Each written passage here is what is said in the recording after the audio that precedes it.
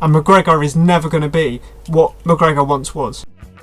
That's it. It's done. Paddy double it by submission in round one. Paddy has done it in London.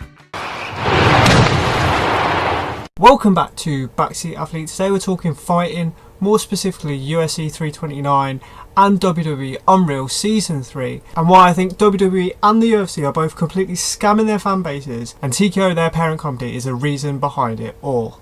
So first I want to talk about the gate of the event, and as you can see on this event, it was, I think it ended up being 26.5 million. Conor McGregor comes in, making his return, and obviously he lost to Khabib. He went off to do his boxing thing, which if he'd have won that somehow would have made him the biggest star, I think, in the history of fighting. But he put in a good performance and he lost against Mayweather, and he was just like, bugger it, I'm going to go to the yacht and I'm just going to party. I'm going to use all this money that I've built up over the years with the pay-per-view and with his whiskey business as well, which he was building at the time. Then he came back in, I want to say 2021, against Cowboy Cerrone and Dustin Poirier.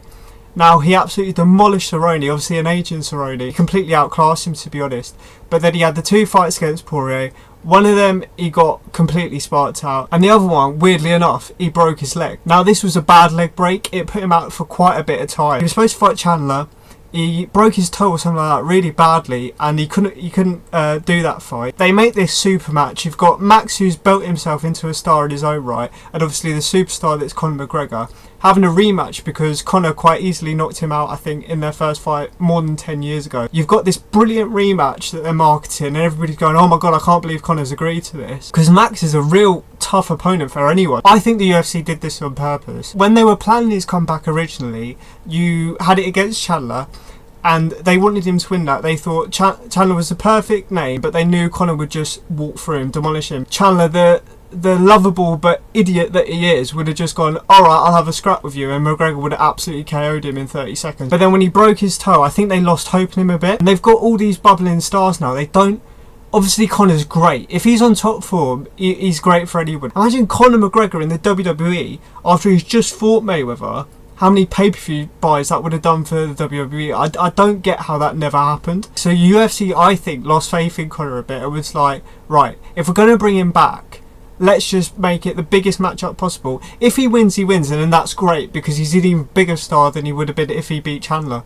But if he loses, it doesn't really matter. And we're getting Conor off his contract, which is also good. We're getting the gate out of it. We're getting the viewers. And I think his next fight as well, I don't think he'll really step down an opponent. He might go with Max again for his second fight, which I still don't think he'll win. He might be more competitive because he might not throw a bloody flying kick that breaks his leg this time, but I still think Max beats him easily, and I think the UFC will do it again.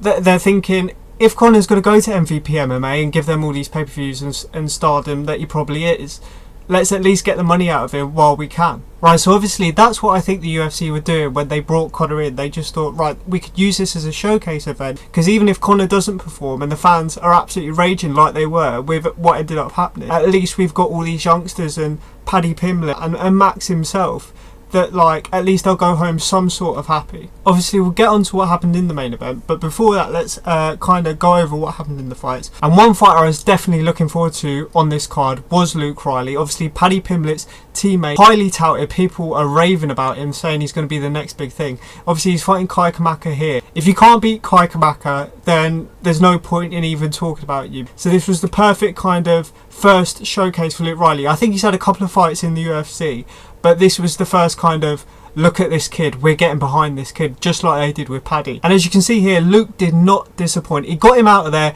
in the first round by KO, absolutely demolished him. And I really think that Luke, after Paddy, could be Britain's next top prospect. He could be like our next big thing. When this decides to load, next we're going to be talking about Gable Steveson in his UFC debut. Actually, what a actual card to get on for your first fight in the UFC against Alicia Ellison. Never heard of the bloke. Was definitely kind of a can for Steveson to be able to beat and just get himself over. In wrestling, you would call this a squash match. They wanted Steveson to beat him, and as it finally loads, we can see there that he did. he didn't look great for me. He didn't look defensively as sound as I thought he would, but he still managed to get him out of there. Steveson remains undefeated. I think he's 4-0 now. Definitely, I think somebody that the UFC is going to get behind, because he's exactly their type of fighter. He's all-American. He trains with John Jones, so you've got the like kind of legacy there. And with how light the UFC heavyweight division is at the minute, obviously at the very top you've got like Aspinall and Pereira, who's just come up, and Garn, who looks like he could have a bit of a career renaissance here, French. But the actual depth of the division is severely lacking. And if Steveson can get up there, prove himself as an actually like elite fighter, which I think he could, he just needs more time to kind of like let it marinate and actually develop himself as a fighter. I think if they rush it, he could do a Bo Nickel and just completely capitulate against the wrong type of opponent. A matchup to look for in the future is definitely Steveson versus Hokit. I think if they can build Steveson up enough to like top 10, top 15 contender, and they can keep Hokit kind of in and around the title, they can eventually match them two up. And I think the UFC would be absolutely putting all their chips on Steveson to beat Hokit, so then Steveson can go into the heavyweight championship picture. Royval versus Kavanagh. Unfortunately for Kavanagh, unfortunately for the Brits that were getting behind him, Royval was able to beat him in the third round with a submission, and I just think it was too soon, too fast for Kavanagh. Obviously, he got a lot of hype after he replaced an opponent. I think it was UFC Not Che against Brandon Moreno, and I love Brandon Moreno, but I was so glad that Kavanagh was able to come in,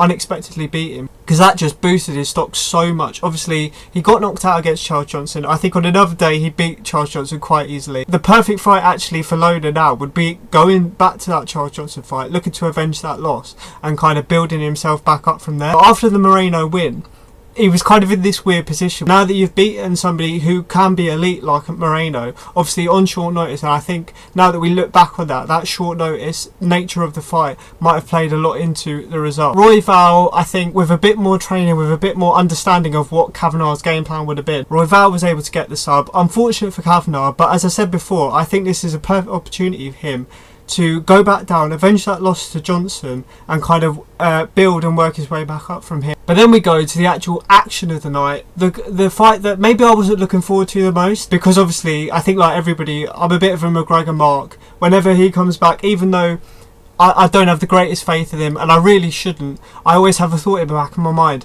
what if he was able to KO Max, and what if he was able to, on his first comeback, KO Poirier and go on this mega tear, and we get the rematch with Khabib, and somehow he's managed to put away his demons and beat Khabib in the rematch. But that's obviously never going to happen. But obviously this got the performance of the night, and looking back on it, this was basically the main event. Paddy Pimblett submits BSD, Benoit Saint-Denis, in, what does it say here, under a minute, but it seemed like he did it in about 10-20 seconds really. Just an unreal performance, kind of like what he did to Bobby Green, but even better than that. And Paddy Pimblett just dealt with him like he was just not on his level at all, not even deserving to be in the cage with him. It was unreal. But look at this, straight into the guillotine. Saint Denis just doesn't seem to know what to do here. He's just absolutely freaking out. No technique in what he's doing at all. They said he had some sort of like modified Darce Anaconda sort of thing, like a mix between a Darce choke and an Anaconda choke. He said a bit before the fight that he was doubting himself a bit.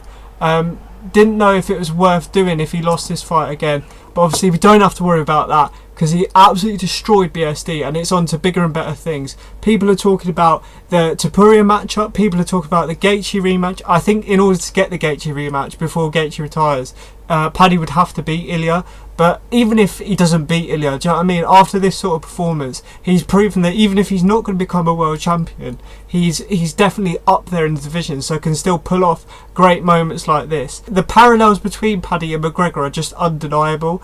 But I think the good thing with Paddy is that he's more reliable than McGregor. I don't think he's going to, with the family that he's got at home and stuff like that McGregor didn't obviously have earlier on. Paddy's much less likely to go off onto that yacht with all this money. And I think Paddy, if the UFC like kind of struck the rocket to him here, can really become that like mega superstar that McGregor was. But if we skip forward a few seconds here to when McGregor's getting introduced, it looked like he was going into a spar. Do you know what I mean? He was going for a sparring match rather than an actual cage fight. You can talk about being mature, you can talk about being calm, but you've also got to be prepared up here for what can happen in the cage. You know what I mean? And we're about to see. I think he got in there, he was wary of the leg, because I think any athlete is when they have that bad of a break. They're definitely wary of how much weight they can put on it and stuff, and maybe they adjust their game plan accordingly.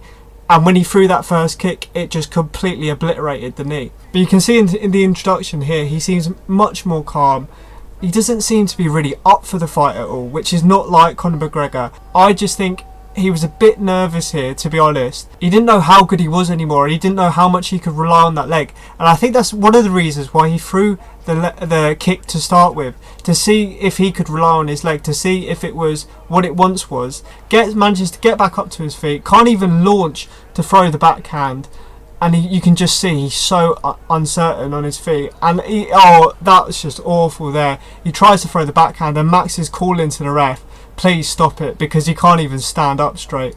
He's trying to defend here with up kicks and all that sort of stuff. People have to remember as well, his knee's blown out here. He's defending with up kicks and all that, and his knee's probably killing him. He can hardly stand on it straight.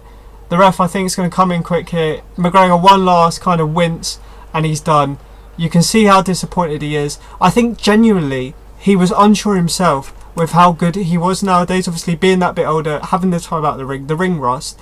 And this was him proving to himself that he could still do it. Proving to himself that his leg break wasn't that bad.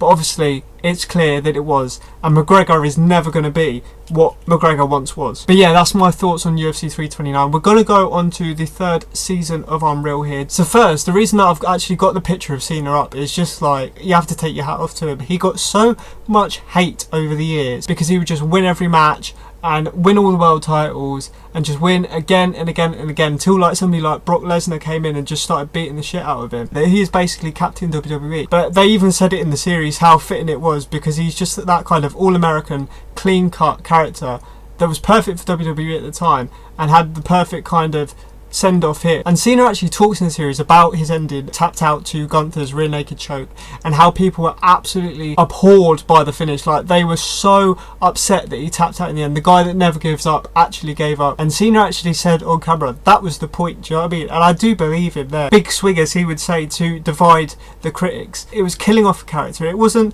let him ride off into the sunset, maybe give him one last win like everybody wanted, but I don't think that would be as meaningful of a finish. I think the fact that he actually submitted to Gunther, the guy that never gives up, actually gave up in the end and was actually killed off. I think it made it so much more impactful. You can say what you want about the year leading up to it and the ups and downs with him turning heel and stuff, but you cannot deny how big of an impact that moment had. It was just such a brilliant point to end the Saturday night's main event on. After just showcasing all of that young talent, he's willing to put his own career on the line, losing to Gunther, to build Gunther up, to build the rest of the youngsters up. No ego at all, just wanting the best for the business. And then talking about Gunther and the rub that he got from Cena, Gunther actually said in the series that he wanted to protect it afterwards, because if you look at Cena in the past, he's put over people like Austin Theory, who still feels a bit lost within the WWE roster, still having to be in a group like a Vision a couple of years later, because he hasn't proved himself to be a star yet.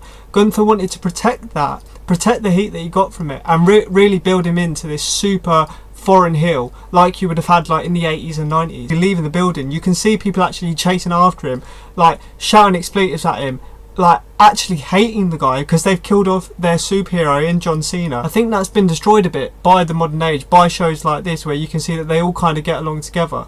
But the heat that Gunther got, I think, made people forget for a second about all the stuff that they've been told over the years. But like WWE always do, they were able to ruin the heat that he had. Like that legend killer gimmick that he had has just been completely wasted, and now he's just kind of gone back to where he was beforehand. And actually going back to the Saturday night's main event where Cena retired, it actually showed that one of the only reasons why Ober, Trick and Javon were pushed in the end was because Cena basically told the WWE to do it. But one of the main things that Triple H gets praised for now is all the youngsters that have come up, like Ober, Javon and Trick. But if we think about it, the only reason that they're there to begin with is because of John Cena. That's not Triple H's great development and booking. And then something I picked up on at the very end was a possible dig from Triple H to Punk. He kind of said, "This is your house," as he went out to WrestleMania. And if we look back on all the kind of stuff that went on before that, with WWE struggling to sell out Vegas for the second year on the trot, they couldn't sell out and they got about 55,000 for each night. As Punk was walking out to his first main event at WrestleMania,